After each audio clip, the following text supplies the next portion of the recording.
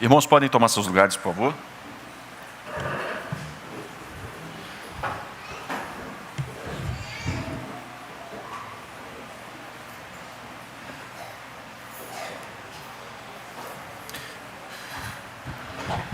Quero saudar as mamães, aproveitar a oportunidade, as mamães da velha guarda e as mamães também de primeira viagem. Que Deus abençoe a vida de vocês. Graças a Deus pela vida de vocês. Quero convidar você a abrir sua Bíblia em Jonas, capítulo 3. Vamos ler todo o capítulo, do verso 1 até o verso 10. Jonas, capítulo 3, verso 1 ao verso 10. Hoje falaremos sobre a incomparável misericórdia divina. Jonas, capítulo 3, verso 1 até o verso 10. Hoje, quinto sermão da série, baseado no livro de Jonas, intitulado A Salvação Pertence ao Senhor. Se os irmãos encontraram, acompanhe comigo a leitura. Assim diz a palavra do nosso Deus. A palavra do Senhor veio a Jonas pela segunda vez, com esta ordem: vá à grande cidade de Nínive, pregue contra ela a mensagem que eu vou dar a você. E Jonas obedeceu a palavra do Senhor e foi para Nínive. Era uma cidade muito grande. Demorava-se 3 dias para percorrê-la. Jonas entrou na cidade e a percorreu durante 1 dia, proclamando: daqui a 40 dias, Nínive será destruída. Os ninivitas creram em Deus, proclamaram jejum, e todos eles, do maior ao menor, vestiram-se de pano de saco. Quando as notícias chegaram ao rei de Nínive, ele se levantou do trono, tirou o manto real, vestiu-se de pano de saco, sentou-se sobre cinzas. Então fez uma proclamação em Nínive: por decreto do rei e de seus nobres, não é permitido a nenhum homem ou animal, bois ou ovelhas, provar coisa alguma, não comam, nem bebam. Cubram-se de pano de saco, homens e animais, e todos clamem a Deus com todas as suas forças, deixem os maus caminhos e a violência. Talvez Deus se arrependa e abandone a sua ira e não sejamos destruídos. Deus viu o que eles fizeram e como abandonaram os seus maus caminhos. Então Deus se arrependeu e não os destruiu, como tinha ameaçado. Até aqui a palavra de Deus. Quem nunca ouviu falar de um grande despertamento espiritual que aconteceu no século XVIII, decorrente de um sermão pregado por um homem chamado Jonathan Edwards? Um sermão pregado no dia 8 de julho de 1741, intitulado Pecadores nas mãos de um Deus irado. Um poderoso sermão pregado por um simples homem, sem muita ou sem nenhuma notória imponência como pregador. Um simples homem que lia praticamente todo o esboço do sermão, sempre com uma voz calma, serena, sem gesticulações excessivas e teatrais, sem apelos emotivos. Edwards não possuía técnicas vistosas de pregação. Este simples pregador discursou um poderoso sermão que se baseava em um único versículo, que se encontra em Deuteronômio 32, versículo 35. E eu leio para os irmãos: a mim pertence a vingança e a retribuição. No devido tempo os pés deles escorregarão, o dia da sua desgraça está chegando, e o seu próprio destino se apressa sobre eles. Meus irmãos, relatos históricos são impressionantes no que se refere ao dia do sermão pregado por Jonathan Edwards. Relatos dizem que durante o sermão, durante a pregação, pessoas começaram a chorar, pessoas começaram a lamentar, pessoas começaram a gritar, outras se agarravam aos bancos, outras se agarravam às colunas do templo. Houve clamor público por misericórdia durante a pregação do sermão. Há relatos de que pessoas em alta voz perguntavam umas às outras: o que faremos? O que faremos para sermos salvos? Quem também nunca ouviu falar sobre o grande avivamento do país de Gales, que aconteceu no início do século XX, iniciado por um jovem, um menino de 13 anos, e no decorrer da sua vida, o inconformismo com a religiosidade e a apatia das pessoas o levou ao seminário e o tornou um pregador, um menino chamado Evan Roberts. Meus irmãos, estima-se que cerca de 100 mil pessoas tenham professado conversão em um país com população relativamente pequena, a partir da vida de uma pessoa simples, sem pretensões. Relatos também dizem que homens interrompiam o culto chorando e clamando por misericórdia. Há relatos de que ladrões devolviam os objetos roubados, inimigos se reconciliavam durante o culto, os bares ficavam vazios. Uma das histórias mais famosas sobre o avivamento de Gales, que evidencia o tamanho do impacto do evangelho na vida daquelas pessoas, era de que os cavalos não mais obedeciam os trabalhadores das minas de carvão. Eles não eram mais capazes de reconhecer o comando dos seus senhores, porque aqueles homens tinham parado de xingar. A Bíblia também apresenta, meus irmãos, grandes conversões decorrentes da pregação do Evangelho e as suas consequências. Podemos citar Atos capítulo 19, versículo 18, relata os efeitos da pregação de Paulo em Éfeso. O texto diz: muitos dos que creram vinham e confessavam e declaravam abertamente as suas más obras. Grande número dos que tinham praticado ocultismo reuniram seus livros e os queimaram publicamente. Calculando o valor total, este chegou a 50 mil dracmas. Dessa maneira a palavra do Senhor muito se difundia e se fortalecia. Mas, meus irmãos, nada se compara ao que aconteceu em Nínive. Não há nada que chegue aos pés do que aconteceu em Nínive. Toda uma cidade, dos mais humildes aos mais nobres, se dobraram perante ao Senhor em arrependimento dos seus pecados. Houve arrependimento em massa, arrependimento generalizado, como talvez nunca aconteceu na história humana.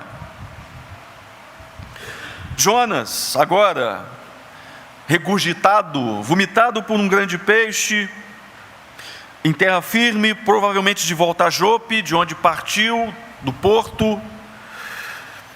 Ele estava em pés em terra firme, de fato. Ele agora está onde anteriormente tinha partido para longe da ordem divina. E ele precisa lidar com a ordem do Senhor mais uma vez. Só que agora, meus irmãos, o profeta encontra-se coberto de cicatrizes. Talvez alguns efeitos do suco gástrico daquele peixe. O fundo do mar, a disciplina severa do Senhor tinha mudado alguma coisa ali em Jonas, não só fisicamente, mas certamente no seu coração também. A severa correção divina tinha corrigido a sua disposição. Pois é exatamente isso que acontece, é exatamente isso que a correção do Senhor faz com seus servos. Deus nos fere para nos salvar. Deus nos quebra, nos estilhaça em pedaços para nos restaurar. Deus nos faz sangrar em alguns momentos das nossas vidas porque nos ama. Não porque nos odeia, não porque é um tirano, déspota. Não, Deus nos faz sangrar porque Deus se importa com a nossa eternidade e não simplesmente com o nosso bem-estar temporal. Ali nas profundezas do mar, cercado pela morte, Jonas se lembrou daquele que tinha desprezado quando navegava sossegadamente para a desobediência. E em seu profundo clamor, o Deus ofendido perdoa o ofensor, e o salvou das garras da morte, e o colocou seus pés em terra firme. Pois é isso que Deus faz com aqueles que professam em contrição a sua culpa. Salmos 40, versículo 2. Ele me tirou de um poço de destruição, de um atoleiro de lama, pôs os meus pés sobre uma rocha e firmou-me num local seguro. Jonas havia experimentado na pele o perdão divino, a misericórdia divina. O Senhor fez com Jonas o que desejava fazer com Nínive. Mais uma vez, o ofendido indo atrás do ofensor. O Senhor fez Jonas se tornar a própria mensagem personificada. E que mensagem era essa, meus irmãos? De que Deus é severo, mas é muito misericordioso. Quero compartilhar com os irmãos algumas verdades para as nossas vidas contidas aqui no texto. A primeira encontra-se no versículo 1 até o versículo 3. A primeira verdade é que a sua incomparável misericórdia traz restauração. O texto diz: a palavra do Senhor veio a Jonas pela segunda vez com esta ordem: vá à grande cidade de Nínive e pregue contra ela a mensagem que eu vou dar a você. Jonas obedeceu a palavra do Senhor e foi para Nínive. De volta em terra firme, Jonas ouve do Senhor pela segunda vez: vá à grande Nínive e pregue contra ela. Só que agora, meus irmãos, a atitude do profeta é outra, completamente outra. A vara da correção, ela tinha de fato surtido efeito na vida do profeta. Jonas agora, ele acata a ordem divina, ele bate continência imediatamente, se submete ao seu chamado e vai para Nínive. Mas o desfecho da história, a gente já bem sabe, e veremos nos próximos capítulos. O desfecho da história nos faz crer que o seu coração ainda não tinha sido liberto dos maus desejos em relação aos ninivitas. Certamente, meus irmãos, o profeta não tinha ressuscitado das profundezas do mar com um amor colossal pelos assírios. Certamente as suas intenções e desejos ainda eram de que o juízo divino fosse realmente descarregado sobre aqueles indignos pecadores. Mas por meio do sofrimento, por meio da intervenção divina, ele entende que obedecer, mesmo sem entender, mesmo sem concordar, mesmo contra gosto, é o que deveria ser feito. Em seu segundo chamado, o profeta pôde dizer ao Senhor: não faça a minha vontade, mas faça a sua vontade. Não o que eu quero, mas o que tu queres. Não o que o meu coração deseja, mas o que o Senhor ordena. E, meus irmãos, eu quero abrir um parênteses breve aqui. Viver pela fé, caminhar com Cristo, por inúmeras vezes, é exatamente desse jeito. É você perdoar o ofensor, mesmo não morrendo de amores pelo ofensor. É você fazer o que tem que ser feito, é você realizar o que tem que ser feito, mesmo desejando do fundo da sua alma, do fundo do seu ser, fugir, abandonar, desistir. Como dizem, quem faz o que quer o tempo todo é criança, adulto faz o que tem que ser feito. Obedecer a Deus é fazer o que tem que ser feito, mesmo desejando fugir, mesmo desejando abandonar, mesmo desejando não perdoar. É fazer como aquele filho da parábola contada por Cristo, que mediante um pedido feito pelo seu pai, disse inicialmente que não faria, pois realmente não tinha desejo de obedecer, mas no fim ele obedece. No fim ele obedece. Amar a Deus é obedecer, muitas vezes sem vontade nenhuma, relutante, mesmo chorando. Assim foi Jonas. ele se dispôs a ir até os desprezíveis assírios com o coração tão apertado, mas por causa do que Deus tinha falado, ele vai. Jonas amava os ninivitas? De forma nenhuma, mas Deus ordenou ele ir até os ninivitas. Se lembram das consequências da vida de Jonas em dar ouvidos ao seu coração? Vocês se lembram o que aconteceu quando Jonas deu vazão ao que sentia? Meus irmãos, nos cabe dizer sim ao Senhor apesar do nosso coração. Então agora, vomitado pelo peixe, ele precisaria caminhar muito, porque como alguns pensam erroneamente, Jonas não foi trasladado pelo grande peixe até os muros de Nínive, até os portais de Nínive. Nínive estava muito distante do Mediterrâneo, muito distante. Deus não o transportou arrebatando, como fez com Filipe após pregado ao eunuco. Jonas teria uma longa estrada a trilhar, talvez uma caminhada de pelo menos 40 dias. 40 dias.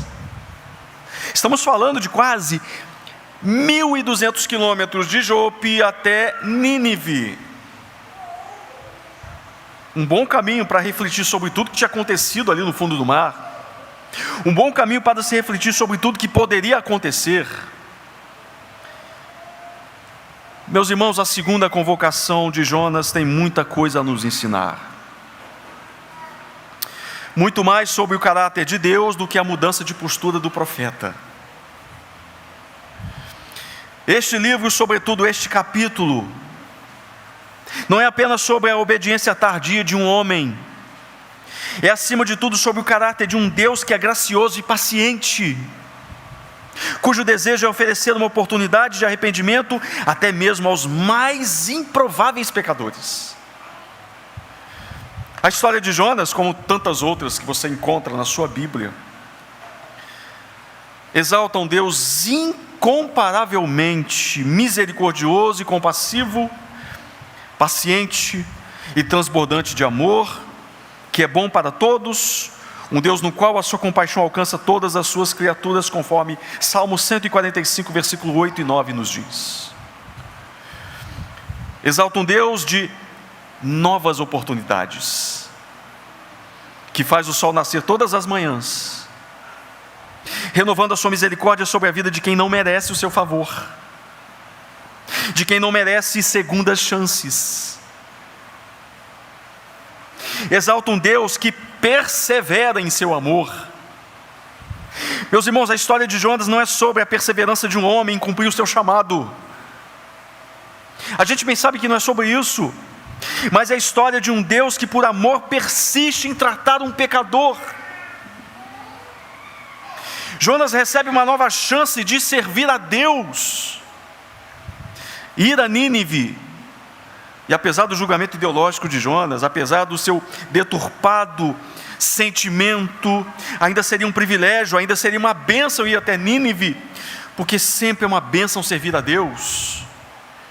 E meus irmãos, Deus poderia simplesmente, e vocês podem e certamente concordarão comigo, Deus poderia simplesmente descartar seu servo rebelde. Um peteleco para lá, um chega para lá, Jonas.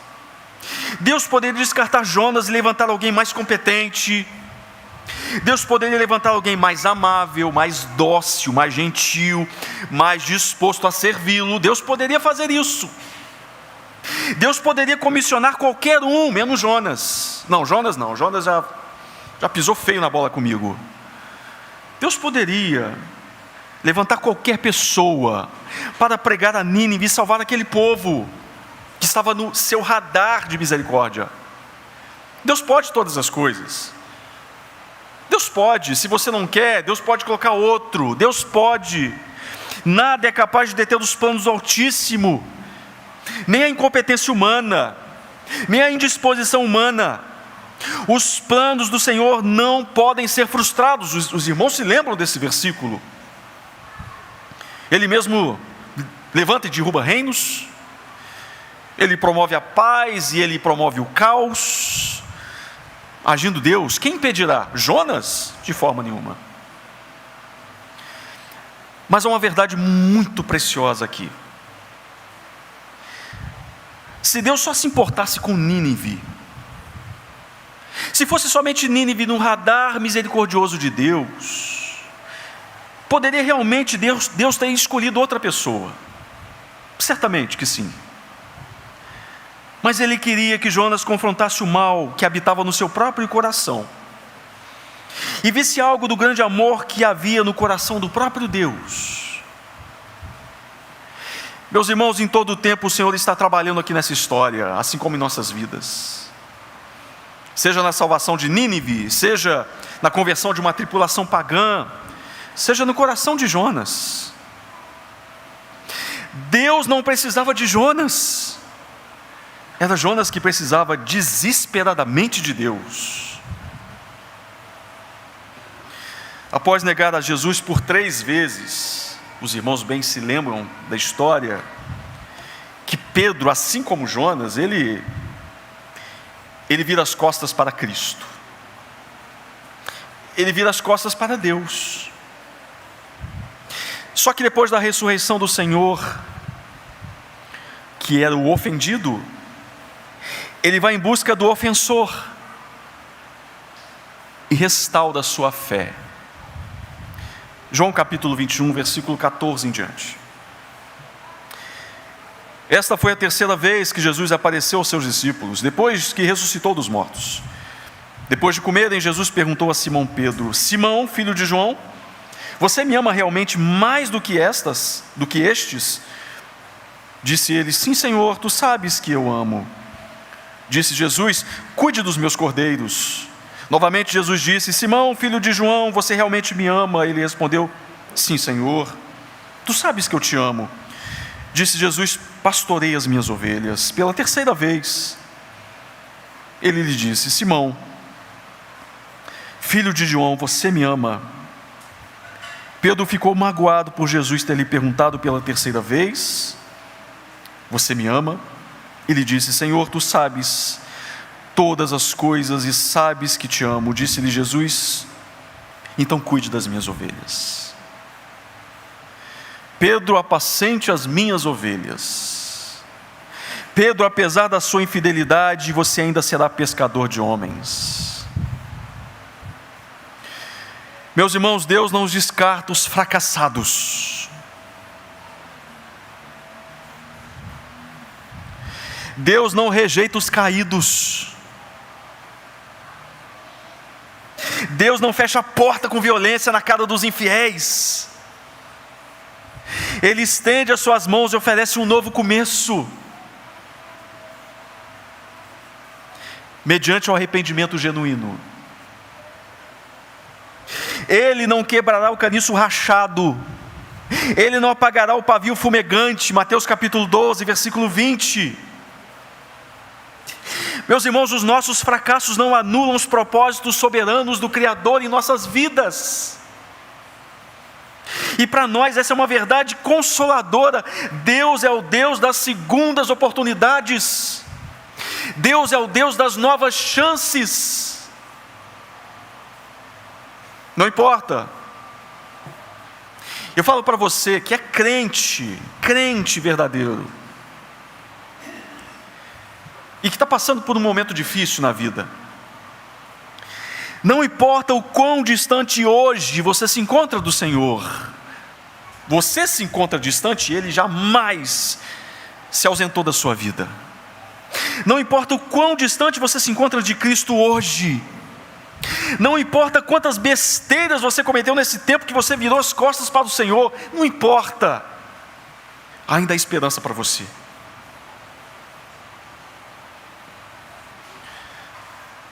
Louisa Targington, uma poetisa,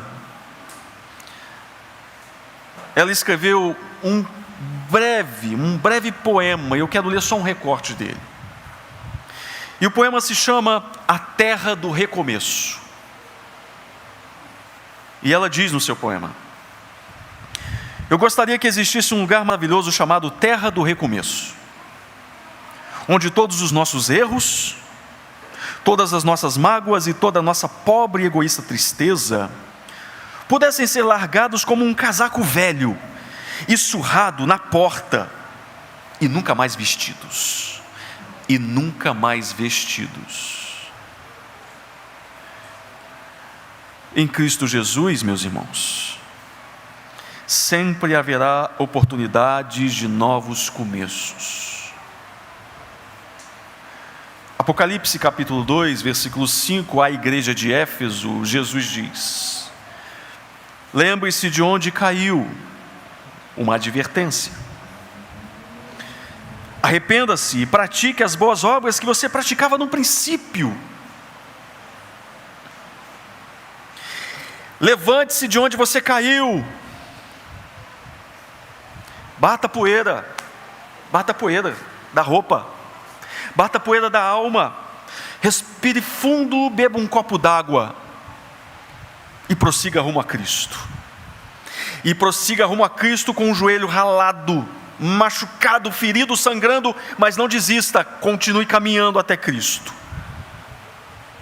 Ele é o Deus das novas chances. Uma segunda coisa que quero compartilhar com os irmãos aqui, a partir do versículo 2 até o versículo 5, é que a sua incomparável misericórdia oferece perdão a todo pecador arrependido. O texto diz a partir do verso 2: vá à grande cidade de Nínive e pregue contra ela a mensagem que eu vou dar a você. E Jonas obedeceu a palavra do Senhor e foi para Nínive. Era uma cidade muito grande, demorava-se 3 dias para percorrê-la. Jonas entrou na cidade e percorreu durante 1 dia, proclamando: daqui a 40 dias Nínive será destruída. Os ninivitas creram em Deus, proclamaram um jejum, e todos eles, do maior ao menor, vestiram-se de pano de saco.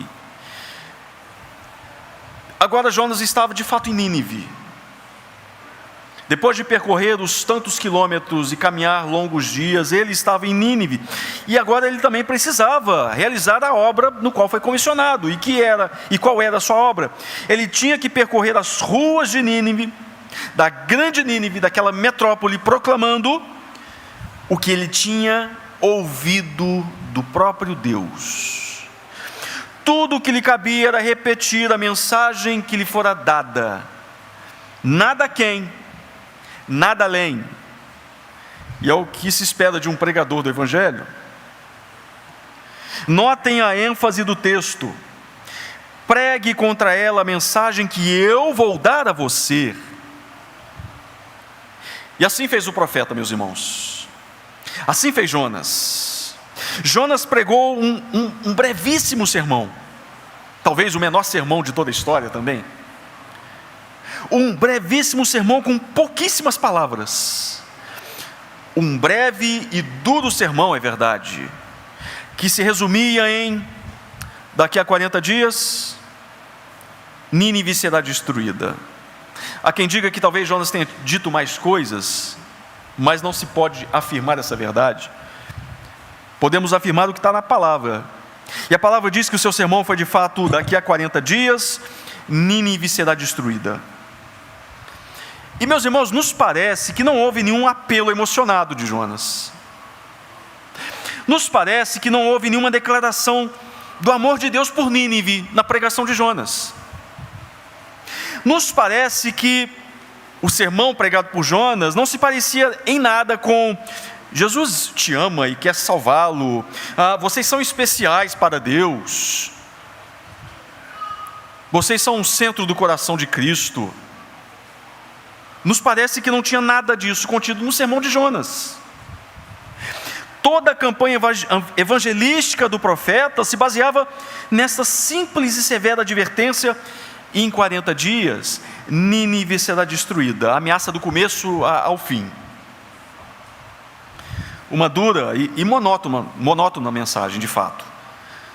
Sem título, sem uma introdução muito clara, sem divisão de pontos, sem conclusão e muito menos aplicação. Não tinha isso. Apenas poucas e incisivas palavras provenientes de Deus que deveriam reverberar pela boca do profeta. Somente isso. Uma mensagem proclamada por um desinteressado e relutante pregador, que surpreendentemente aos nossos olhos impactou, convenceu, quebrantou aqueles improváveis pecadores. E meus irmãos, graças a Deus por isso. O Senhor ainda desperta pecadores por meio de sua palavra, apesar dos seus arautos, apesar dos seus pregadores. Graças a Deus, o êxito de sua boa obra não depende da nossa capacidade persuasiva, não depende da nossa técnica homilética, muito menos da nossa profunda intenção do coração, porque alguns ainda pregam por interesses escusos. Onde a sua voz ecoar com fidelidade, seja pela boca do mais humilde e despreparado dos homens, ali pecadores poderão ser impactados e transformados pelo poder do Evangelho. E vemos isso no sertão nordestino, e vemos isso nos lugares mais desprezíveis pelo homem, do continente africano, da Ásia, seja onde for. Homens sem recursos teológicos, homens sem eloquência, mas que pregam com fidelidade, o que sabem do Evangelho, e pecadores se rendem a Cristo pela pregação destes homens. Meus irmãos, não está em nós a capacidade de convencê-los de coisa alguma. Não está em belos discursos, não está em belos sermões preparados para impressionar homens. A chave para abrir o coração é a sua voz e somente a sua voz. É a sua bendita intervenção e somente a sua bendita intervenção que pode trazer mortos à vida. Graças a Deus por isso. Jonas apenas replicou o que de Deus ouviu, e foi suficiente para uma cidade toda se voltar ao Senhor. Pois quando o Senhor quer salvar, Ele se utiliza até da boca de uma criança dizendo: pega o livro e lê. Pega o livro e lê, como fez com Agostinho. Aquela multidão, assim como os ouvintes de Jonathan Edwards, foi ferida pelo rugido ameaçador do Senhor. E certamente se desesperaram e se agarraram nas portas em desespero. Aquela ameaça do Senhor foi de fato amedrontadora para aqueles homens. A multidão foi convencida dos seus pecados e se humilhou perante Deus. O texto diz que o próprio rei, ao receber no seu palácio notícias do que estava acontecendo na cidade, com a proclamação de Jonas, o texto nos diz que ele se prostra em rendição, ele desce do trono, uma atitude de humildade, ele se despe dos seus trajes reais, reluzentes, e se veste de pano de saco, e se cobre de cinzas, e decreta para toda a cidade de Nínive: não é permitido a nenhum homem ou animal, bois ou ovelhas, provar coisa alguma, não comam, não bebam, cubram-se com pano de saco, homens e animais, e todos clamem a Deus com todas as suas forças, deixem os seus maus caminhos e a violência, talvez Deus se arrependa e abandone a sua ira, e não sejamos destruídos. Citando pastor Stuart Olliott, as notícias chegam ao rei e ele percebe uma coisa: não há portas especiais no céu para reis, e não há portas especiais no céu para políticos, PhDs, professores universitários ou presidentes.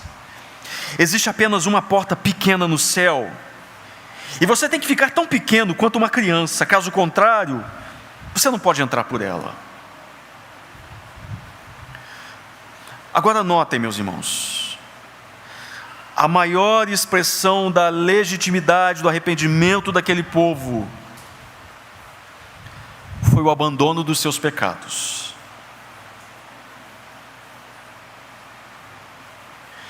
Pois, como bem sabemos, arrependimento é mais do que palavras. Arrependimento é mais do que uma declaração verbal: eu me arrependo do que eu fiz. É uma atitude, é uma ação deliberada.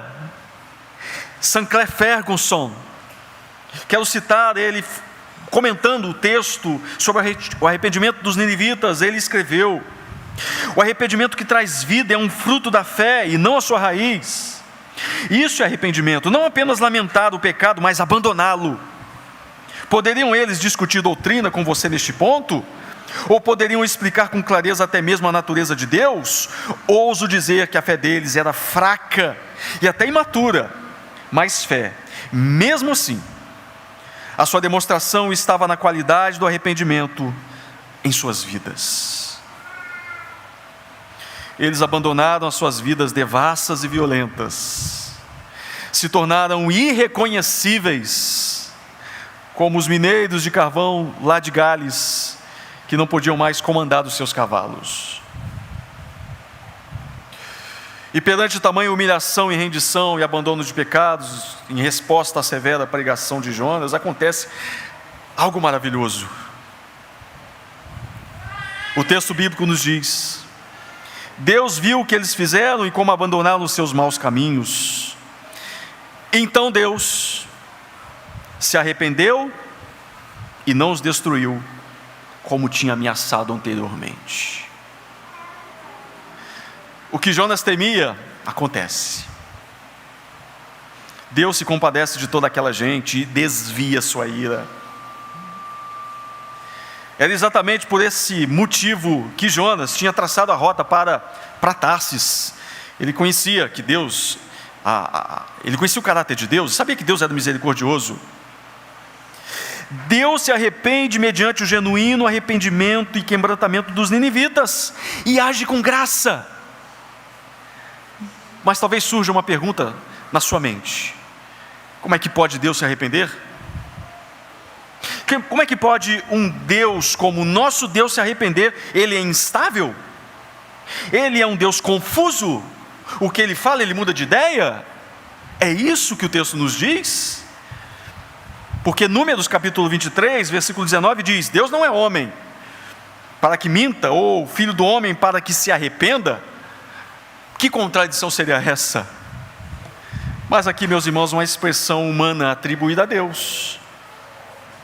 Aqui há o que chamamos de antropomorfismo, qualidades humanas atribuídas à pessoa de Deus. Deus é imutável em seu conselho, pois todos os seus desígnios são perfeitos e estabelecidos em sabedoria.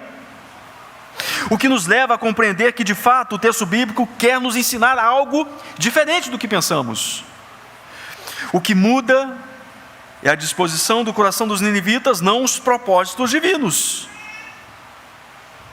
O que muda é a postura daquela gente perante Deus, não os planos divinos. Por isso não houve juízo. Por isso a misericórdia prevaleceu sobre a justiça. Por isso cremos que sempre esteve no coração de Deus perdoar os ninivitas. Sempre esteve, desde a eternidade passada. Porque até o nosso arrependimento é fruto da intervenção divina, meus irmãos.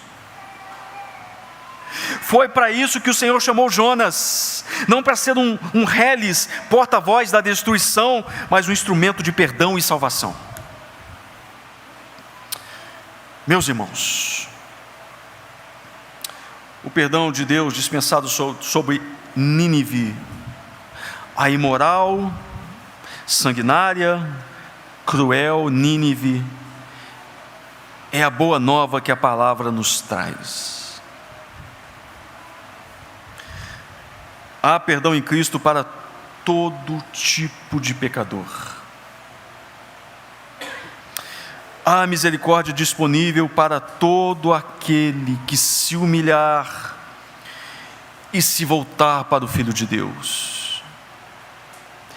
Há esperança de vida eterna para você que ainda vive na prática dos mais obscuros e repugnantes pecados. Eu tenho essa boa notícia para te dar. Em Cristo há perdão, em Cristo há reconciliação, em Cristo toda a ameaça da lei, todos os tormentos eternos prometidos são desviados para a cruz. Em Cristo Deus se torna propício ao pecador, em Cristo Deus se torna favorável ao pecador. Porém, há uma grave advertência que eu faço nessa manhã. Mateus capítulo 12, versículo 39 ao versículo 41. Mateus capítulo 12, versículo 39 ao versículo 41. Caminhando para o final. Jesus respondeu: uma geração perversa e adúltera pede um sinal miraculoso, mas nenhum sinal lhe será dado, exceto o sinal do profeta Jonas. Pois assim como Jonas esteve 3 dias e 3 noites no ventre de um grande peixe, assim o Filho do Homem ficará 3 dias e 3 noites no coração da terra. Se apeguem, marquem versículo 41. Os homens de Nínive se levantarão no juízo com esta geração e a condenarão, pois eles se arrependeram com a pregação de Jonas. E agora está aqui quem é maior que Jonas. Meus irmãos, os ninivitas se arrependeram com a pregação de um profeta relutante e rancoroso. Percebem a gravidade da advertência de Jesus quando ele falava para os fariseus e nos fala hoje também? Os ninivitas se arrependeram com a pregação de um profeta rancoroso, resmungão, fujão. O que será daqueles que desprezam a pregação do próprio Filho de Deus, que é cheio de graça e verdade? O que será de homens e mulheres que ouvem domingo após domingo muito mais que uma simples mensagem de juízo de poucas palavras? Os ninivitas se arrependeram pela dura mensagem de Jonas. O que será daqueles que desprezam a graciosa mensagem daquele que disse: venham a mim todos que estão cansados e sobrecarregados, e eu lhes darei descanso.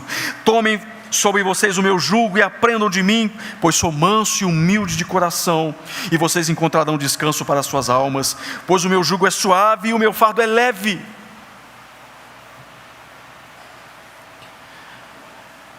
Percebe a gravidade? Citando mais uma vez Stuart Olyott, nós estamos em uma posição muito melhor do que a deles. Nós sabemos sobre os fatos da vida, nós sabemos sobre os fatos da morte e ressurreição de Cristo. Nós podemos olhar para trás, para a prova final da misericórdia e graça de Deus. Nós sabemos alguma coisa sobre a medida do grande amor de Deus. Os ninivitas apelaram a Deus no escuro, e Deus os ouviu. Eles estavam no escuro, eles não tinham participado de um culto público, nunca participaram de uma aula de EBD, não tinham uma Bíblia, não tinham o que eu e você temos. Meus irmãos, com grandes privilégios, há grandes responsabilidades. Com grandes privilégios, há grandes responsabilidades. Grande privilégio é ouvir um sermão que foi pregado pelo próprio Deus encarnado.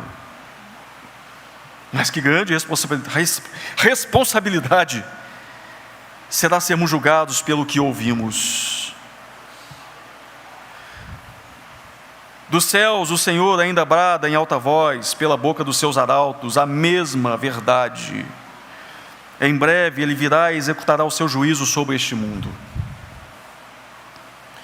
Em breve Ele há de reter a sua misericórdia e a sua graça, permitindo que a sua ira seja descarregada sobre toda a humanidade. Deus consumirá em seu furor tudo o que existe, pois o mau cheiro deste mundo ainda tem subido ao seu trono de pureza e santidade. A maldade dos homens ainda está em constante evidência perante os seus olhos, que são tão puros que não podem contemplar o mal. Por isso há de chegar o dia da vingança do Senhor, onde o cordeiro rugirá como um leão e com seu sopro há de destruir todos os seus inimigos. Há de chegar o dia em que toda e qualquer oportunidade cessará para sempre. Não haverá mais segundas chances. Deus ainda está indignado com a maldade humana. A fornalha ardente tem sido alimentada, tem sido aquecida para consumir eternamente uma multidão de homens indiferentes a tão grande salvação. Mas que não nos esqueçamos, a sua ameaça é amor, os seus avisos é amor, o seu rugido é um clamor por arrependimento.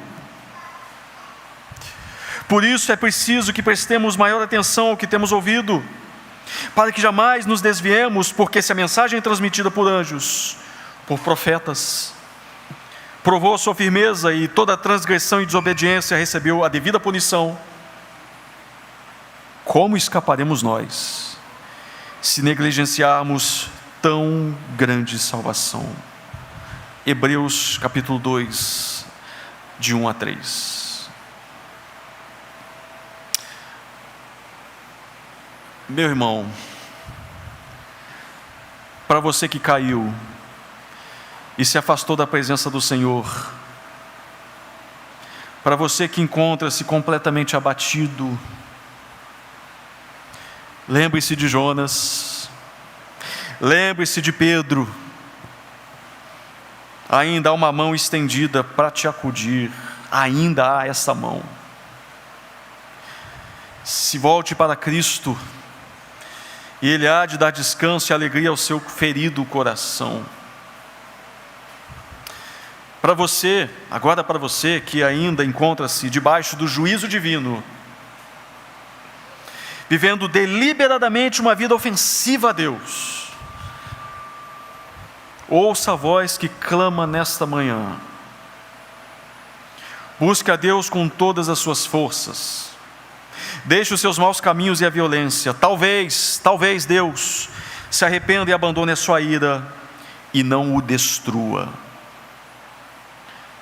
Mas não se esqueça, meu irmão, minha irmã, no perdão de Deus aos ninivitas, há esperança que o mesmo Deus que se compadeceu da contrição daquela gente, também se compadecerá se você buscá-lo de todo o coração, com toda a sinceridade e rogar o seu perdão. Vamos orar?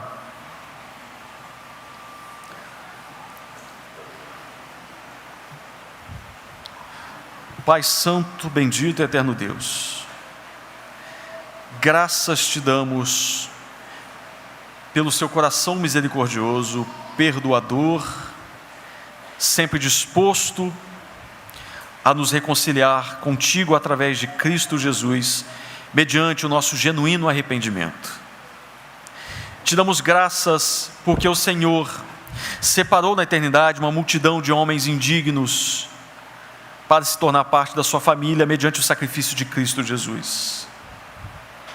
Senhor Deus, nesta manhã temos diante da sua palavra servos fracos, abatidos, que necessitam, Pai, voltarem uma vez mais à sua presença, e rogo que o seu favor, que a ação do teu Espírito possa conduzi-los a Cristo, possa despertá-los uma vez mais, para que vivam na alegria da salvação. Assim como bem sabemos que há diante da sua palavra nessa manhã, homens que ainda vivem debaixo da ameaça do juízo eterno do Senhor. Pessoas que se assentam nas cadeiras da igreja, talvez iludidas, achando que estão salvas, mas ainda vivem uma vida completamente ofensiva aos seus olhos e ainda estão, de fato, Senhor Deus, distantes de Cristo.